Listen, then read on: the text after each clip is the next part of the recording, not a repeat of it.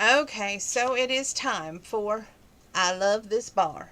This is part 3 of this book, and let's take a seat and we're going to enjoy some more tidbit moments, and I hope that when I'm done that you want to pick up this book and read all the moments that I didn't read to you to just see how truly wonderful this book is.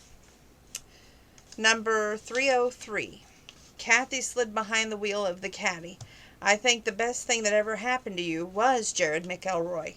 Daisy buckled her seatbelt. You've got extra stars in your eyes. All the cowboys in the area better stay away from that honky-tonk. Every time I see you look like that and you call and tell me that you've got another boyfriend. One cowboy puts stars in your eyes. Kathy shot right back at her. What if, don't judge Jared by Chris's measly half bushel. And that's supposed to mean what? Page 304. One person might have only half a bushel of common sense and dignity, while another could have a whole bushel, and there you'd be with the wrong ideas. You are right, but no buts. I am right. Leave it at that. Jared was standing in the front yard when they arrived. His overalls were dusty and stained on his knees. The sleeveless t-shirt didn't have a dry thread on it. They both got out at the same time and he waved. You were early, he said. Nice car. Did you just buy it, Kathy? It's my bonus for not killing a man last night, Kathy said. Who'd you almost kill? Jared asked, but his eyes never strayed from Daisy. Old boyfriend showed up at the tonk. Billy Bob put him going through, Kathy said, and I'm going to pet the dogs. Daisy can explain. Jared took 2 steps and stopped a foot from Daisy. I want to hug you, but I'm dusty and dirty. Been out counting cattle on a 4-wheeler. Who gives a damn? If I get dirty, maybe this cowboy I know will give me a bath. She stepped into his arms and rolled up her toes for a kiss. He inhaled the fresh scent of that clean hair and perfume. He could never drive away in the sunset toward northern Oklahoma without her. He couldn't live without Daisy. Kathy rounded the end of the house, 2 old dogs plodding along behind her. Hey, if you don't stop that, I'll have to cook the whole dinner by myself. Jared broke away with a grin. I'm going to go back to work. I'll be around supper time. Reckon you'll still be here then? The rumble of the vehicle kicking up dust coming down the lane caused them both to break the heated visual of massage baths and passionate lovemaking. The truck came to a halt and Chigger stepped out. Hey, y'all, I came to help. I can't cook worth a damn, but I'll keep you company while you do, and I'm a crackerjack dishwasher. Thanks, Chigger, Jared said and whistled as he went to the backyard. Looks like you two are making out today and not fighting. That's a step in the right direction, Chigger said. He's a hopeless romantic. A romp in the hay can't lead to a permanent relationship, Daisy said. And you aren't a romantic? Kathy asked. Not anymore. It's just one nightmare after another. Makes me wish for the boring old days back before Jared found the honky-tonk. Oh, you wouldn't trade all this excitement for anything. Now let's go cook. I hope he's got cocoa and plenty of eggs. I'm making chocolate sheet cake. What are you making for the dinner party? Kathy said. Daisy threw her hands up in bewilderment. Peach cobblers, and it's not a party, it's a dinner for a bunch of ranchers. You are a hopeless optimist. I'm a realist. Sure you are, Chigger said. That was 304, 305. Here comes 306 and 307. The first thing Jared noticed was the red caddy was gone. That meant he was coming home to an empty house. The upside was that Daisy had promised to be there after hours at the honky-tonk that night. As tired as he was, he'd be sound asleep when she arrived. The next day would be so hectic that he wouldn't have time to blink, so a hell of a lot of good it did him to think that there was an upside to anything. What he wanted was for her to be there, to tell him about her day, and for him to share his day with her. He went straight up to the bathroom and took a long hot shower, dressed in soft knit gray pajama bottoms, hoping to at least find enough ham to make a sandwich. Forget cooking about even a microwavable TV dinner. He was just too tired. Besides, the house smelled like fresh yeast bread and onions from when the woman had been cooking all day. A TV dinner wouldn't taste like sawdust after that aroma. The kitchen table caused him to stop dead in his tracks and blink several times to make sure it wasn't a mirage. It was set for 2. The centerpiece was a roast surrounded with baby carrots and potatoes. Side dishes include asparagus with hollandaise sauce, a crisp garden salad, and a basket of hot rolls. I've died and gone to heaven, he whispered. Daisy come out of the utility room. I hope not. There's a lot of work to be done here tomorrow. Sit down and eat. There's nothing more yucky than cold asparagus. He pulled out a chair for her. You're eating with me, aren't you? She sat down. I'm not going hungry. I will sign on to work at the honky-tonk every night if you cook like this for me. He popped a fist of buttered hot roll in his mouth. You making these for the hired help tomorrow? No, Kathy is. She's the bread maker. I'm the cobbler's. Will you please wear one of those Mavis old house coats and put on some lard in your hair in the morning? Why? Because you already look so damn pretty it hurts to look at you. When the fellows find out that you can cook pies, well, let's just say if you looked real ugly, it might help out just a little bit. You sure are charming when you are hungry, and you got some romantic way with words, she laughed. Her laughter was like tinkling bells. Had he not been so hungry, he would have picked her up and carried her to the bed right then. She saw the look in his eyes and changed the subject. So how is Garrett going to turn this ranch around by himself? Our family has a rule. The ranch produces what it uses. That means the ranch grows its own hay for the cattle and food for the people. Keeps the wolves away from the door. It means if you go borrowing money that you had a bad year and you owe the bank. Couple of bad years and the bank owns you. Lots of small ranches go belly up when the owners buy it into the bigger bust idea, which is more cattle than land can support, so you have to buy the hay and the grain, more equipment than they need to keep up appearances, taking money out of the ranch for things they don't need, like big vacation condos in Florida or Paris. Daisy slathered butter onto a hot roll. Ruby basically said the same thing about honky tonk. Mingus was the perfect place for a beer joint, and the reason so many failed was because the owners got the idea they were in Nashville or Dallas. They have to have live entertainment. They were only open on Friday, Saturday nights. They spent mega bucks on advertisement, and presto, a year later, they'd be declaring bankruptcy. Ruby took salary from the profits at the honky tonk. She paid Tinker with me and left the bills into savings account. When she died, she split the savings account between me and Tinker. I'm not rich, but we had a couple of bad years at the honky tonk, so I wouldn't go under. That's 306, 307, 308, 309. Same general idea as what you're all serving tomorrow, he asked. No, I found 2 whole hams in the freezer. They're thawing out. Also another stove in the utility room. I've seen it there when I was here before. I had no idea it was hooked up, she answered. Mavis fixed it that way so she could always cook out there in the hot summer and it wouldn't heat up the house. Are you cooking one in each oven? She nodded. Menu tomorrow is ham, baked beans, potato salad, and hot rolls. Kathy made a couple of her cobblers for dessert. We found out everything we needed right here, so we didn't need to go to the store. You still didn't answer my question about Garrett running this place alone. Jared buttered a second hot roll. He's bringing a crew. Uncle Emmett was like your Ruby. He left a savings account until we all felt like this thing was left to do and Garrett have it to run the ranch. He'll have a foreman, 3 full-time hired hands, and a cook and a house cleaner. The foreman and the housekeeper are married. They'll live in the house for a couple of weeks. Garrett has bought 2 trailers, one for Ben and Livia, the other for the hired hands. They'll live in them for a couple of years, but eventually the foreman and his wife will have a house, and there'll be a bunkhouse for the hired help. Sounds like Garrett's going to have his work cut out for him, even the help. The ranch was sure gone down past few years, Daisy eyed Jared. Whatever's making that frown on your face? Cold asparagus? I told you it wasn't good after it got cold. Save room for peach cobbler. I made a small one for supper. He looked across the table and she read his mind. For an Indian, you sure don't have a flint facial expression, she said. Oh, and what was I thinking? Let's just say you were not thinking about peach cobbler, she answered. No, actually I wasn't. I was thinking about peach cobbler with ice cream. We're going to leave it at that. 308, 309. Moving on. 3:12. The clock struck 9 times in the dining room. That was the first time Daisy had thought of the honky-tonk all evening. Guilt flowed over her. She loved that place. How could she forget it for even one evening? Easy. You found something that you love even more, that was pestering voice inside her heart said. Oh, no, she argued. I'm not committed relationship now. I love the boom-boom. I love the attention. I love the afterglow. I even love the peach cobbler, but I will not admit that I have fallen in love with Jared. Not tonight. I just cannot do that in one day. And keep my sanity. Peach cobbler and a sunset are almost as beautiful as my girlfriend. I don't get much better than this, Jared said. You sure are using that word a lot, she said. Yes, and you'll be hearing it even more tomorrow when I introduce you to everyone who drives a truck onto this property, or when we go to the honky-tonk and I tell Billy Bob and everyone who will stand still and listen to me and crow that you are a marked woman now, he said. She tried to find a smart-aleck remark to snap back at him, but her mind just went blank. She sighed. She hadn't thought of teasing Chigger and Kathy she hadn't thought of the teasing Chigger and Kathy would give her. That was page 312. Page 317.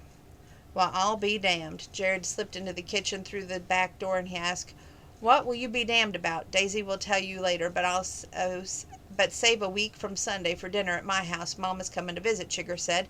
"Strength in numbers?" Jared draped an arm around his Daisy's shoulders. "Have you two met my girlfriend?" "We have, and we know," Kathy said. Jared brushed a kiss across her forehead. "Just came after a glass of tea and to tell you the first load of cattle will be here right after noon. We've got most of Emmett's herd rounded up and in the corral. If you'll bring the paperwork down and after lunch we'll go through them and decide what to turn out and what to send back with the trucks. Jim, Bob, Joe, Bob, Billy, Bob are all here helping us too." "Maybe I should have made 3 hams." Daisy shrugged his arm away and went straight for the wrinkle-free tablecloth. Jared filled a plastic glass with tea and carried it out on the back door. "See you at noon." "Whew, what was that all about?" Chigger asked when he left. "What?" Daisy asked. Chigger pulled out a dining room chair and sat down. "Okay, let's get this thing talked through before the fellers come in for dinner. Another ice storm like that and Jared will be introducing you as his ex-girlfriend. You know what I'm talking about, Daisy. So don't give me that blank stare. I could feel that chill right here in the middle of the summer. It felt like an icy winter filled this house. Don't you think he could feel it too? Last time I gave Jim Bob the cold shoulder like that was a year ago when this woman at the honky-tonk backed him up in a corner and had his belt buckle in her hands and when I caught him." 317, 318. Daisy sighed. "I don't know what it was. Last night I really wanted to enter into a committed relationship. Today when he said that girlfriend thing, it made me all mad and I have no idea why." "You better figure it out and soon," Kathy said.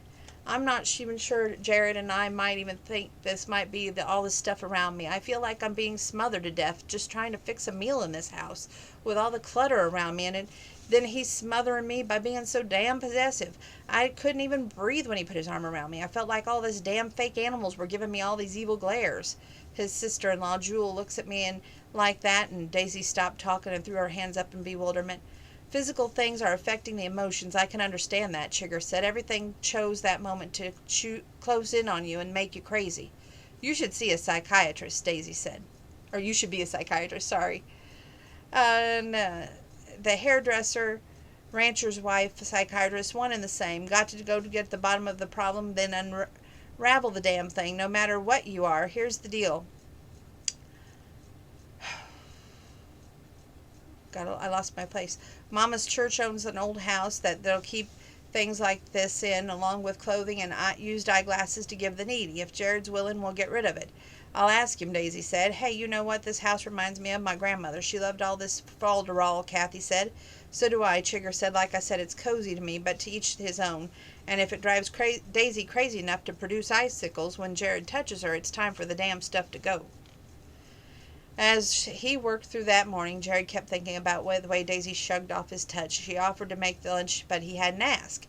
He'd given her a chance to back out of the relationship, and she agreed to it quite wholeheartedly. So what in the devil did he do wrong from the time he walked in the door that morning and she kissed him passionately until the time he ran inside for a glass of tea? She was behaving like the most of the women he had had in his life, and that didn't sit well with him. Get him in a committed and then play a little mind game and then kept him confused. If he judged her wrong, then he could and would get out of the relationship. He was too old and had been through too many women with issues to play games again. He hadn't figured out a single thing when he and the Walker triplets tropped into the house for dinner. Jared spoke to several of the men already in the backyard, plates piled high in front of them, and he made his way across the yard. He wasn't hungry to face Daisy again, even though his stomach was growling and he was thirsty as if he had just crossed the Sahara. Once inside the house, the dinner line was long. Daisy, Chigger, and Kathy were busy behind the table. The noise levels were even higher than Uncle Emmett and the television and the CD player running at the same time. Daisy looked up and smiled at him. What she should have sent his spirits soaring and plunged them into the pits of depression. This is page 318 and page 319. Page 320 and 321, 322.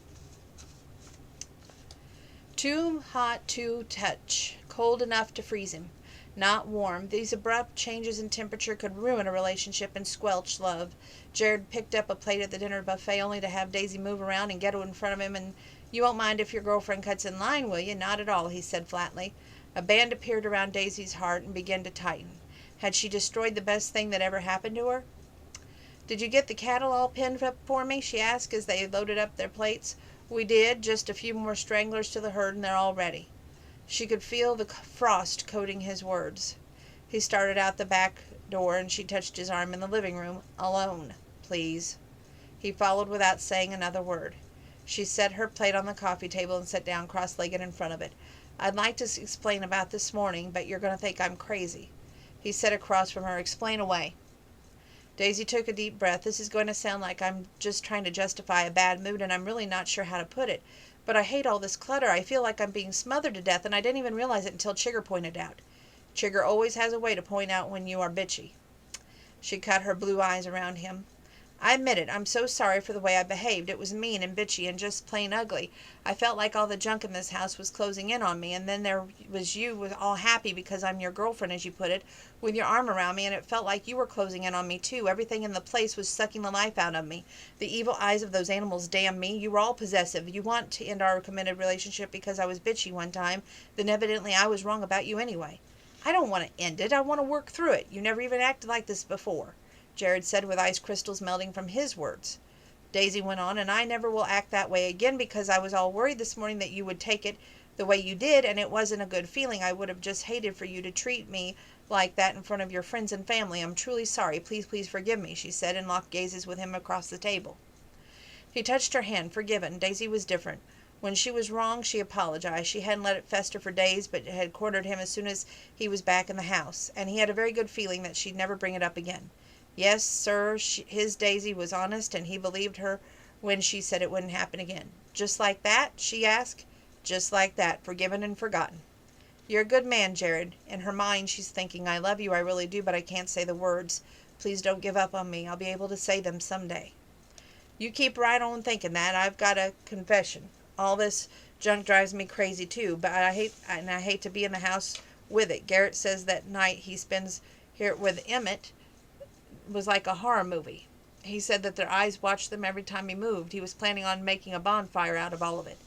3:20, 3:21, 3:22, 3:23, 3:24. "Chigger says we can box it all up and take it to her mother's church. They all give away stuff to folks who need it. Bless her heart, Garrett will pay you all to take care of it." "No payment necessary. Can we make up now?" Her eyes twinkled. He leaned across the table and brushed a quick kiss across her lips. "Don't do that again. I'll meet you halfway.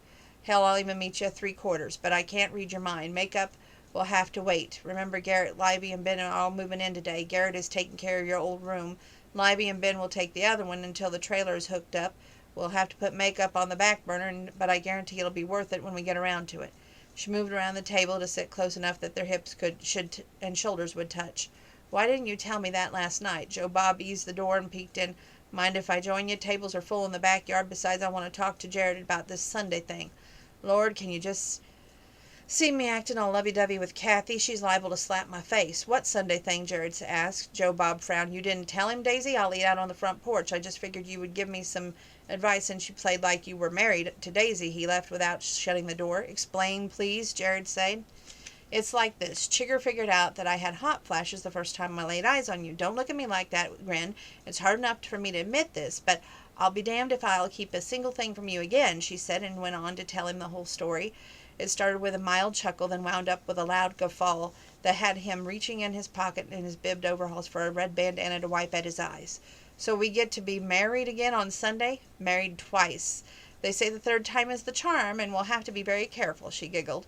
The laughter stopped when he ticked back her face, and his gray eyes locked with her dark blue ones. He bent and stretched. Their lips met in for a long, drawn-out kiss that left them both aching. "I'm going to get hot flashes thinking about you," she said. He kissed her forehead. "Good. I hope you have to take a cold shower just like I will. I'm going to have to go now before I carry you off to the hayloft and do a do not disturb sign on the door. Give us 30 minutes and then come on out to the corral. Keys to my truck are on the top of the refrigerator. Bring it. That rutted out the path that will rattle to your little cute car to death." "Thanks for the truck, but I'd rather go to the hayloft," she said. He laughed softly. "Me too, darling." Kathy poked her head into the living room after Jared. "I see what you mean by that about stuff. It's everywhere. The longer I'm here, the more I see it. How on earth did anyone collect so much stuff in one lifetime? Looks to me like it would have taken 3 lifetimes to gather up this much stuff." 3:24, 3:25. Daisy motioned her into the room. It could have taken 3 lifetimes, but there's probably stuff in here from Mavis's parents, and maybe even from Emmett's, but Jared and Garrett would be very thankful to have it out of here. Kathy plopped down on the sofa and leaned her head back. It's a morning and I'm still tired, but Chigger and I will get started once we put the leftovers away. I don't have to be home till 6. It'll take you that long to get outside job done anyway. Y'all get that tiff straightened out? We heard a lot of giggling going on in here. I don't suppose you did anything hinky, though. Never known a man to like a woman to giggle while he's putting the make on her. Yes, we did get it straightened out now. About this mess we've got to clean up. Got any ideas? Daisy was getting damn good at changing the subject from her and Jared. Kathy shrugged. Don't worry about it. Me and Chigger can take care of it today. While you are outside, I can't believe I'm supposed to be hankering after Joe Bob Walker on Sunday. He's been avoiding me like the plague. How are we supposed to convince Mama Jones that we are in an item if he's afraid to be in the same room with me? We convinced her that Jim Bob was as shy as Willa May, Daisy said. Who in the hell is Willa May? Oh, that's Chigger. Well, neither she nor Jim Bob have a shy bone. I'll never keep secrets from my family ties straight. I still have a hard time of it too, Daisy said. But you've seen 7 years to get used to it. I wish I had come down here when you first went to work at the honky tonk. I thought you were crazy for working in a beer joint in some podunk place even smaller than me in Arkansas. I loved it from day one. What I'm going to do about Jared, well, that's your decision. He's in love with you. Don't say that. I don't want to hear it right now. Not saying it doesn't make it go away. Enough talk. Time to get on with the packing. When we finish this horrible job, we're driving to Abilene in my caddy, and I'm going shopping for new jeans. Chigger is going too, she says. She hopes maternity jeans don't make her look like a clown. Do you think Victoria's Secret makes sexy maternity clothes? I can't see Chigger in plain old plaid shirts and jeans. Keep that in mind while I go help Jared take care of the cattle, Daisy said. She found him at the corral, where they had the rest of Emmett's herd pinned up and waiting for her to pass judgment. Hey, sweetheart, I thought I was going to have to come back to the house and wrestle you away from Chigger and Kathy. Jared met her halfway between the car and the corral and slung his arm around her shoulder. Those 2 old broads couldn't keep me away from you, she teased. A smile turned the corner up of his mouth, and life was good. Run the first one in the chute, she said. All business and no love, he asked. She stopped dead in her tracks and wrapped her arms around his neck, grabbing a fistful of dark hair and dragging his mouth down to hers for a hard kiss right there in front of the hired hands, his nephew, and even God. You decide which one, she whispered seductively in his ear, and then kissed ended, and then he still held on to her in a tight hug. That was 324, 325. Here's 326, 327, and 328. He laughed in amongst the whistles and shouts of the men around them. Guess it's better be business with an audience like this. His Daisy would show them that she was smart vet as well as his woman. His heart swelled with pride as he carried her black bag to the corral. How on earth could he have ever thought that it would be a tackle box was a mystery. This heifer is good stock, but God only knows what she's bred to Emmett. Had everything from Limousin to Angus on the ranch. There at the end he wasn't calling anything. I'd sell her at the sale if you want to keep her pure Angus on the double M, she said. Put her in the trailer and take her back to Oklahoma for the sale, Garrett told the men. That bull calf has a lot of potential, don't you think, Jared? She asked when they ran the next animal into the chute. I do. He's big, old boy for his age. I vote we keep him, Jared answered. The third one was a yearling, definitely mixed blood, and even as healthy as a calf. To the sale barn, Jared said. I agree, Daisy told him. Hey, you two, we got a problem down by those trees. There's a heifer down there having a hell of a time delivering. She's one of the Angus that we bought down from Oklahoma. If we'd only known she was this close to Calvin, we would have left her up there, Rudy said. Let's go. Daisy picked up her bag. Jared grabbed her hand as they jogged to the spot where the cow was lying on her side and heaving with every contraction. Daisy dropped to her knees and opened her bag and pulled out a stethoscope. She laid it on the cow and in several different places before she looked up at Jared. Calf has a strong heartbeat, so it's still alive. Let's see if it's too big or a breech or what the problem is. Here, you keep a monitor on the heartbeat. I'll check out the calf. Tell me if the heartbeat gets faster or slows down. She moved to the back end of the heifer, rolled up her sleeves, and shoved her arm into the cow's uterus halfway up the elbow to the armpit. Jared listened to the calf and watched Daisy. Good-looking stock Garrett has, she said. The heifer is in great shape. This is just her first baby, and she doesn't know what to do. I would have thought nature would have taken care of that, he said. Not always. Sometimes they get scared. It's not breech, but it's going to be one big head. Tell me when the next contraction is, and I'll pull, she said. Right now, he said. He pulled dozens of calves himself, but sitting there watching Daisy helping him felt so right and so perfect. She pulled hard and felt the calf move several inches. Again, she said. He waited a minute and said, now. She pulled again and 2 hooves popped out. She was able to get a better hold at that time and waited until the cow contracted again before she gave a hard tug. The black calf came out with a whoosh, spurting fluids all over Daisy. She jerked her overshirt off and wiped the calf's nose. Breathe, you lazy boy. Your mama didn't work all day for you to die now, she said. Jared bit back a chuckle. She didn't even care that she was covered in gunk.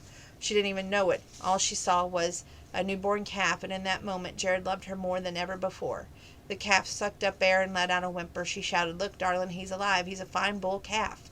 The heifer slowly got to her feet and began to lick the new baby while Jared and Daisy stood to one side and watched.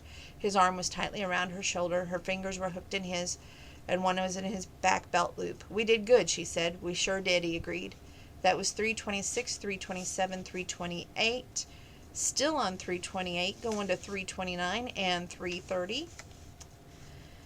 Jared awoke on Sunday morning, knowing that his job was finished. It was time to go home. An empty hole was in the middle of his heart, and the only one who could fill it was Daisy. He had less than a week to convince her that her place was with him permanently. He pulled a pair of creased jeans from the closet that laid across them in the chair in the empty bedroom. Today he would be Daisy's husband. Their children, 2 little girls, had gone for a play day with their children's Sunday school class, or so they would have brought them along. That was the storyline. Or was that story a lie? He grinned. What would it be like to share 2 little girls with Daisy? Would they have black hair and dark blue eyes? Would they be sassy as she was, or bullheaded as him? It didn't matter to Jared as long as Daisy was their mother.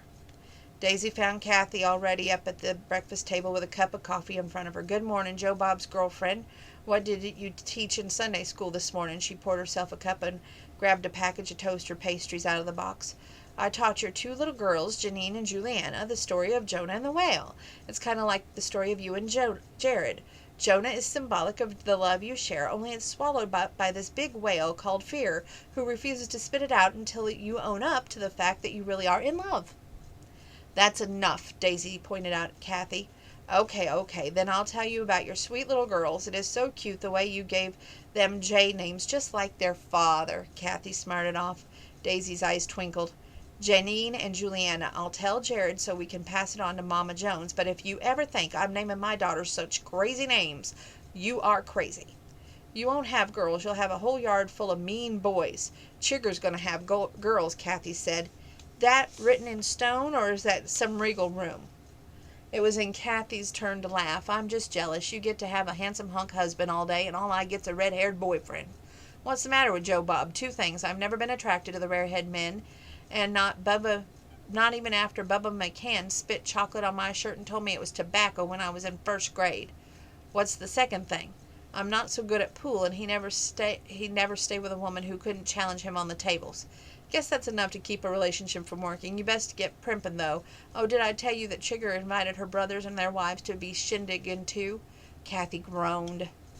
That was page 328, 329, 330. Here comes 331 and 332. Jared arrived in the Saturday night honky-tonk, clothes creased, jeans, boots, and a plaid western shirt. Is my wife and Joe Bob's girlfriend ready for the party? He asked when Kathy answered the door. Daisy, your husband's here, Kathy yelled over her shoulder. Jared met her in the middle of the living room, tipped her chin up with his fist, and kissed her hard. I missed you so much, he said. Me too, she whispered. Ahem, Kathy cleared her throat. I wouldn't care if God was standing where you are, Kathy, Jared said. But you have seen each other every day. Most of the time you spend every minute together, Kathy said. We saw each other, and we haven't had a spare minute to be alone. Jared held a door open for them and then helped him in the truck. Aha, not only a husband, but a gentleman, and no one is even looking, Kathy said. A man has to be good to his wife and cousin-in-law, or they'll leave them high and dry. Old Joe Bob has to be good, or else his girlfriend won't give him a good-night kiss. Me, I've got to worry about alimony and child support. He shut the doors and whistled as he rounded the truck and strapped himself into the seat. Page 332. Alimony and child support are the least of your worries, Kathy said as he started the engine. Little Jeanette and Juliana would be so upset if you 2 got divorced. Who? The 2 little girls you have. Daisy whipped around in the seat and pointed. That's enough. Actually, I was thinking more of Brand and Creed and their boys, not girls. Of course, Mama would be tickled to death to have girls. We're a little heavy on the male side in the family reunion. Seems like the McElroy throw boys more than girls. Daisy jerked her head back around and pointed at Jared. Don't be talking about children before marriage. And when is that happening? In 10 years, maybe. And that's if you're nice. Moving forward. Page 334, 335, 336, 337, 338, 339, and 340. Truth is, I didn't really care. I knew that you were as wild as your Granny Jones when she was young, and honey, that's what's going. Some rumor had it that she marched on the White House for women's right at that time. Actually, I was proud because you lived your life the way you wanted and loved me enough to keep it hid from me. I know that you and Jim Bob got married at the courthouse. I was mad as hell that I wasn't there, but Jim Bob is a good man, and I'm glad that you found him. The last thing on my confession is that I was tickled to death for you to go away on weekends all these years because every Friday and Saturday I've been playing bingo. I like the people and the fun, and it might be gambling, but God didn't strike me dead, so evidently he's not too big of the sin. I've been very lucky, and I've teethed my winnings on which bought the church a new piano this past year. That was 10%. 50% I put in for a fund for your wedding. 20% I plowed right back into the game. Left 20% to take back to the bank, and next week and some of my senior citizen bingo buddies are going for a month-long cruise around the world and back. The 50% for your wedding is in the envelope for your wedding gift. It's yours to use any way you want, since you didn't want that big white dress and the wedding cake. She pulled an envelope from her pocket and laid it on the cabinet. Chigger couldn't even blink, so there it is. Confession is good for the soul, and my stomach's growling. You are the bride and Jim Bob's the groom, so you get to eat first, but I'm right behind you. Well, I'll be hung up with a new rope from a tall oak tree, Jim Bob said. Please don't. That baby needs a father, Alita said. Thank you, Mama, Chigger said. For the money or for outing you? Both, Chigger cried. Would someone start talking before I cry? Jared spoke up, and here I was hoping to play the dutiful husband all day. Now I get to be the boyfriend. Joy Bob exhaled loudly. Thank goodness you confessed. I wasn't looking forward to being Kathy's boyfriend. She scares the liver out of me. But I can't find my own wife, so you don't have to worry about it. Ain't no worrying on my part, Joe Bob. I'll go to work on finding you a sweet little Christian woman next week. And, honey, there ain't no use in running, because once I set my mind, it's a done deal. By this time next year, you'll both be married. Joe Bob looked like a cottontail trying to escape a hungry bobcat.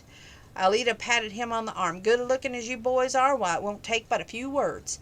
I'm already dating a woman, Billy Bob piped up. Too bad, Alita said. If I can't help Willa May choose, then I get to play matchmaker with you two, and after that I'm working on you, Kathy. Good luck. I've sworn off men forever, Kathy said. 334, 335, 336. You could be the smartest one in the room then, darling, but it won't work. I'm going to find someone to make you a happy woman. Everyone started talking at once, sat laughing at Alita's confession, congratulating Chigger and Jim Bob, filling plates and carrying them to the table on the deck. So you're all free and I'm still single, Daisy teased Kathy as they all made their way down the buffet line. Thank God for both. I'm not so sure I could manage a boyfriend and a bar, Kathy said. I manage both, Daisy said. Yeah, but you're special. Jared kissed her on the cheek. Kathy shivered. And you don't even have Alita breathing down your neck. Only good thing is that the men she'll choose won't be those who'd step foot in a bear joint anyway. That might be Joe Bob and Billy Bob's salvation. They can always hide out in the honky-tonk because a good Christian woman wouldn't chase them inside there. What would you do, Daisy, if you had to choose between the boyfriend and the honky-tonk? Jared held his breath and waited. Daisy didn't miss a single bite of fish. That's an unfair question, and it's like asking which of your children you love the most. He exhaled slowly. Even though she found the right words to answer the question, it brought Daisy up short. How could she ever choose between the honky-tonk and Jared? She loved the bar and she loved Jared. Couldn't a woman have both? Love Jared. It was the first time that she ever allowed herself to think that word, and it had snuck up on her just as she sat down to eat. The revelation should have come out after the afterglow on the body, not with the catfish in her mouth, but there it was in the living technicolor in the front room of her brain lobe, yelling in a faintly southern voice that she loved Jared McElroy. Just when did all this happen? Her inner voice asked. It happened so slowly that I can't put my finger on the exact date and time, she answered, but now that I've admitted it, what do I do with it? Kathy chanted as she waved a napkin in front of Daisy's face. Earth to Daisy, where are you zoning out to? Daisy blinked a couple times. Well, Kathy asked, what was the question? Where were you? We were talking about boyfriends and the honky-tonk, and you went all like still, and you were about to faint. Oh, I was off somewhere in La La Land, I suppose. Damn it all, what if I had just figured it out and that I really do love this man and he's going back to Oklahoma in a week or two at the most. Timing is everything and our clocks might not be synchronized. Well, you both look like you were somewhere other than here, Kathy said. Daisy looked over at Jared. Where's your mind? This is going to sound very unromantic, but I was thinking about the carpet. I need to put new carpet in my house in Oklahoma, he said. Daisy laughed nervously. You're right, that isn't very romantic, but then we aren't the newlyweds. Jim Bob and Chigger are, so it's all right. Don't pick out the purple carpet, Kathy giggled. Why? Because she hates purple, Kathy said. Her mother painted their living room purple once, and they had a red couch, so she was embarrassed she wouldn't let anyone come over except me, and I thought it was way too cool. That was 336, 337, and we're starting on 338, 339.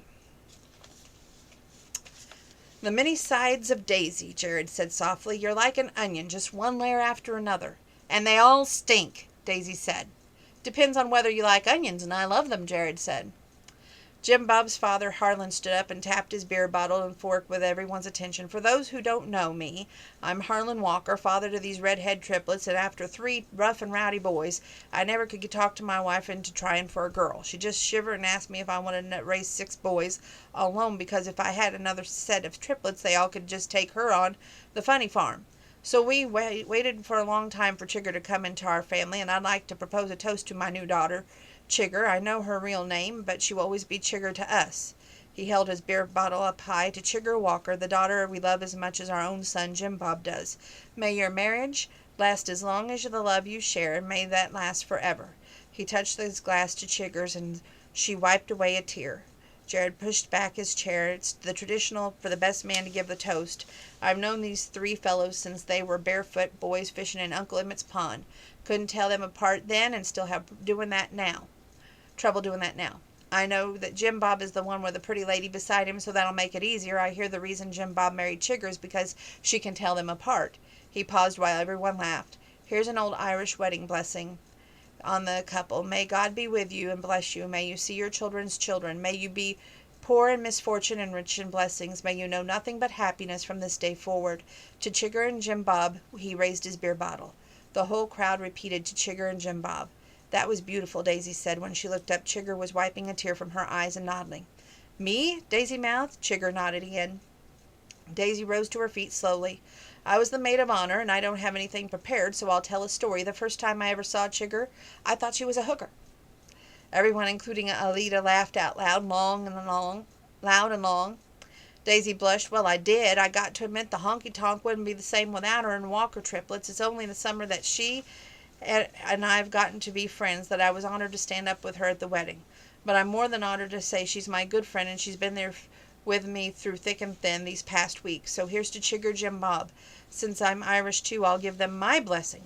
May you both live to be 100 years old, with 100 extra to repent. That brought on more laughter, and Chigger stepped next. This one is for my family and friends. I love you all, but not as much as I love Jim Bob. And Jared, I can really tell the difference in him and his brothers, but he's the best of the lot. Thank you, darling, Jim Bob grinned. Jared slung an arm around Daisy and said, pretty good blessing. Don't know I've heard that one. It was our grandmother's, Kathy said. She said it all the time at Christmas dinners, Daisy said. Is that where you two got your fiery tempers? Jared asked. Hell no. Gran was mild temper as they make 'em. She never got mad about anything. She wasn't the Irish. Grandpa was, and he had the temper to go with it, Daisy answered. 2 Irish people in love? Would that make temper and fire burn out too quickly, too long to last for the long haul? She wondered as she sipped her sweet tea. That was page 338, 339, 340.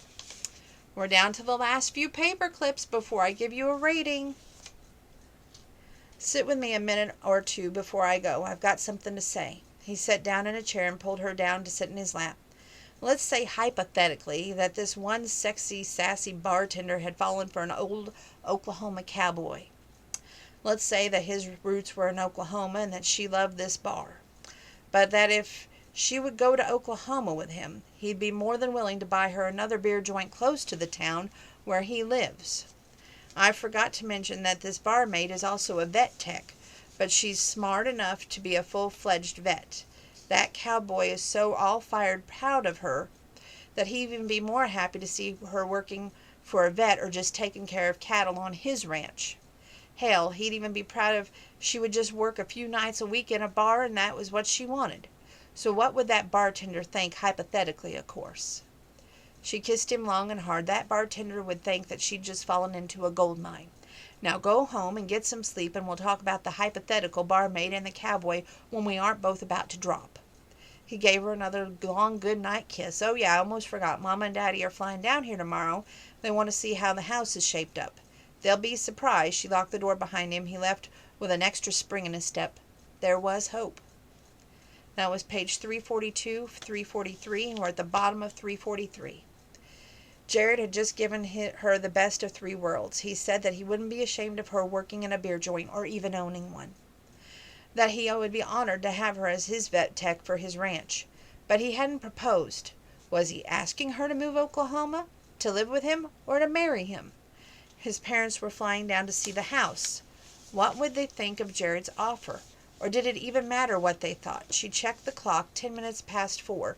She didn't want to be in the bed alone. She wanted to be snuggled up against Jared's side with his arm around her, her leg thrown over his body. I love Jared, she whispered. I want to spend the rest of my life with him, and I want to be there when he comes in for dinner and supper every night. I want to wake up with him and spend all my time on the ranch with him. Dear Lord, what am I going to do?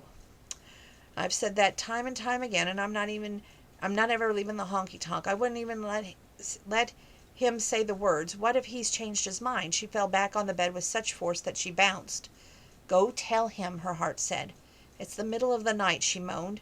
Time doesn't mean a thing to me, her heart reminded her.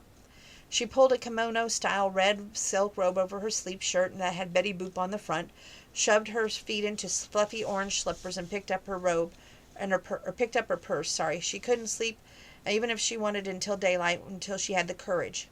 Doubts and fears made her turn around in the smokestack parking lot, but after 2 minutes' lecture she drove on toward the ranch. I've got to do this, she whispered. When she turned left onto the Highway 108, she pulled off to the side of the road, bit her nails. Finally, she drove on, still arguing back and forth with herself. Should she go back to the honky-tonk and wait for him to finally ask her to go to Oklahoma with him, or go full speed ahead and tell him exactly how she felt? She drove up into the yard, and he met her on the porch. Daisy, what's wrong? I had the window open for the fresh night air. I heard the car doors. Kathy all right? Did Chigger lose the baby? Did Tinker die? None of the above. I just figured out that I love you, and I had to tell you before I could sleep, she said. He stopped in his tracks and shook his head as if he was trying to dislodge water from his ear. What did you say? She took a deep breath. After you left, I took a shower and I went to bed and I couldn't sleep. I thought it was because your parents were coming in and I was dreading facing them. But then I realized I couldn't sleep because she ran out of air and sucked up another lungful because I didn't want to be sleeping alone. I wanted to be with you and not just one night. I want to spend the rest of my life with you. I want to wake up with you to help take care of the ranch. I want to help be a vet tech and your wife. I want to go home with you. Right now I don't care about owning a beer joint because I think it'll take all my time to be your wife and your vet for the ranch. But if you want to later, then I am glad that you would not be ashamed of me. Now it's your turn to tell me that I'm a bartender for God's sake, and I'm crazy for being out here in the yard dressed like this. Talking's too fast. All I know is that I love you, Jared, and I'm scared to death that you've changed your mind because I wouldn't let you say the words, and please say them now. Silence prevailed. Well, she asked. You finished? He asked. She nodded. He dropped down on one knee and took his hands in hers and looked up. I've been waiting for this moment since I first realized that I was desperately in love with you, and I love you when we're together or just cuddling. I love you when we're dancing in the grass together. I love you when we're having just pulled a calf out together, and I love you when I'm filling mason jars with beer and you're by my side. Daisy Odell, will you marry me? She didn't hesitate a minute, but fell to her knees, wrapped her arms around him. Yes, I will, she said. That was 3:34, 3:45, 3:46, and we're still going. We got 2 paper clips, though, so the end is in sight. 2 weeks later, they were married on a Sunday afternoon at the honky-tonk. In spite of the fact that Chigger's mama wanted to dress her in frills and ruffles, Daisy stuck to her guns and chose an ivory brocade sheath with a hem that touched the top of her new off-white boots. Instead of a veil, she wore white Stetson hat with puffy bow attached to the bit of illusion at the back. She carried a bouquet of white daisies that were very special keys tucked in the flowers. Amos walked her out of the apartment and across the hardwood floor to the place in front of the bar where Jared waited. He moved toward her when he saw her and took the hand from Amos to lead her the rest of the way to the ivy-covered arch where Kathy and Chigger waited on one side and Mitch and Stephen was on the other. "You look like an angel straight from heaven," he whispered. She gave him a once-over and said, "You look like sex on a stick." He swallowed the laughter. "Dearly beloved, we're gathered here today to unite Daisy and Jared in holy matrimony," the preacher said. Daisy said the vows she'd written. Jared said his. There wasn't a dry eye in the place. They exchanged plain gold wedding bands, and the preacher just told Jared that he could kiss his bride. He hugged her close to him before he claimed with a kiss that sent shivers all the way to the ends of her toenails. The reception was held right there in the beer joint, with Jewel and Maria serving cakes and Chigger pouring punch. "I'm surprised Daisy let you cut the groom's cake," Chigger said to Jewel. "Not any more than I am," Jewel said. "Way I see it, you got a choice, lady. I'll be talking to Daisy right regular and visiting her every few months. You give her any trouble and you'll be answering to me." Jewel looked up at Chigger. "You trying to scare me? I apologized and she forgave me." "I'm stating facts. You have to be blind not to see that I'd make two of you, and I'm telling you so that you know that I'm meaner than a constipated rattlesnake. I'll whip your tiny little old butt all over Oklahoma if you're too ugly to my friend. Do we have an understanding? And one other thing. Daisy forgave you. I didn't." "I think we have an understanding, all right, but you didn't have to take up for her. I think she could do a fine job of taking care of herself. She sure did when she came to the reception," Jewel said. That was 346, 347, 348, 349, 350, and 351, and we're done. "Then you'll be nice," Chigger said as she whispered to Daisy and got in line served first. "I think I can manage that," Jewel said. Tinker plugged in the old jukebox, pushed in the buttons to Amazed by Lone Star. After the cake-cutting ceremony, Jared removed his black western-cut Tex jacket and laid it over a chair, and he picked Daisy up and carried her to the middle of the dance floor. "You don't work here any more, so I can dance with you, Miss McElroy. I love you, lady." "And I love you," she said. "Don't they look cute? I knew this day was coming the first time I saw the two of them all tangled up together on the barroom floor. I think they both thought that for a minute with all those sparks flying around them. They just had to have each other," Chigger said. "What?" Frankie's eyes popped out. "It's a story that they can tell you later," Chigger said. "Couldn't be any better. She's got Jared and she gave me the honky-tonk," Kathy said. "Gave it to you? I bought it. I thought you bought it," Chigger said. "Don't tell Billy, Bob. He offered her a ton of money for it." Kathy shook her head. "She says it's good to her, and now it can be good to me." When the song ended, Tinker raised a crystal punch cup, a toast to Daisy and Jared. He said loud enough that everyone stopped talking and listened. They were meant for each other from the beginning. Here's to their happiness. Daisy hugged him, and when everyone tapped their cups together, they had a sip of punch, which Billy Bob had spiked with a healthy dose of Patron. "Come up to Oklahoma and see us," she whispered. "I don't think I'd better ride that far. I got to help Kathy keep this place in line. She's mean, she can take care of herself, but there might be times she'll need me," Tinker said. Late that afternoon, Jared carried Daisy to the white truck in the shower of rice. The younger crowd had done a fine job decorating it with crepe paper, shoe polish, and 100 feet of beer cans tied to the rear bumper. "You ready?" he asked. "In 1 minute," she said. He raised a dark eyebrow. "Hey, Kathy," she yelled above the din. Kathy's head went up. "Got something for you," she said. Kathy looked up. Daisy had already handed over the keys to the Cadillac, the honky-tonk. There was no way she was catching that damn bouquet, if that's what Daisy was talking about. "What?" she asked. "I wanted to hug you one more time," Daisy said. Kathy crossed the distance into a few long strides, and the two cousins wrapped their arms around each other. "Thanks for all that you've done to make this possible," Daisy said. Kathy's eyes welled up with tears. "I love you, Daisy. It's me who should be thanking you. Call me in a couple days when you get bored in that bedroom. If you wait until then, you'll never hear from me again," Daisy laughed. Kathy couldn't say anything else without breaking down and sobbing, so she headed back to the honky-tonk to clean up after the aftermath. "Hey, Kathy," Daisy yelled again. When Kathy turned around, it was nice to see the bouquet coming right at her. On reflex, she reached out and caught it. "You're next," Daisy yelled. "You rat," Kathy said. "I'm never getting married, and what is this?" They were driving out on the lot when Kathy realized that she was holding a set of Harley-Davidson motorcycle keys. Daisy stuck her head out the window. "You want them?" "Hell yeah." Kathy grinned from one ear to the other. Jared picked Daisy up outside the door and carried her inside the honeymoon suite at the Hyatt Regency in Dallas. The bed was covered in yellow rose petals, and a bottle of champagne chilled in the crystal ice bucket. 2 filtered glasses waited beside a crystal platter mounted high with fresh fruit and an assortment of fresh cheeses. It's beautiful, Daisy gasped. Not as much as you are, Jared told her as he punched a button on the CD player. Amazed by Lone Star played as he laid her on the bed and slowly began to undress her. I'm amazed by you, he whispered. Not as much as I am by you. You made me love you more than anything in this world. And that is just the beginning. Wait till you see the finale, he teased. I don't want to wait to see it until we're both 100 years old, and after we've had our years to repent. I hope that we take our last breaths together, she said. The end. What do you think this book is going to get rated? Outstanding. Must read. A 35. Tomorrow night, we will move on to the second book, which is Kathy's story. And her story is based around the Gretchen Wilson song, Hell Yeah. So, stay tuned for that. Love y'all. How was your day, Bombshell? Is up next.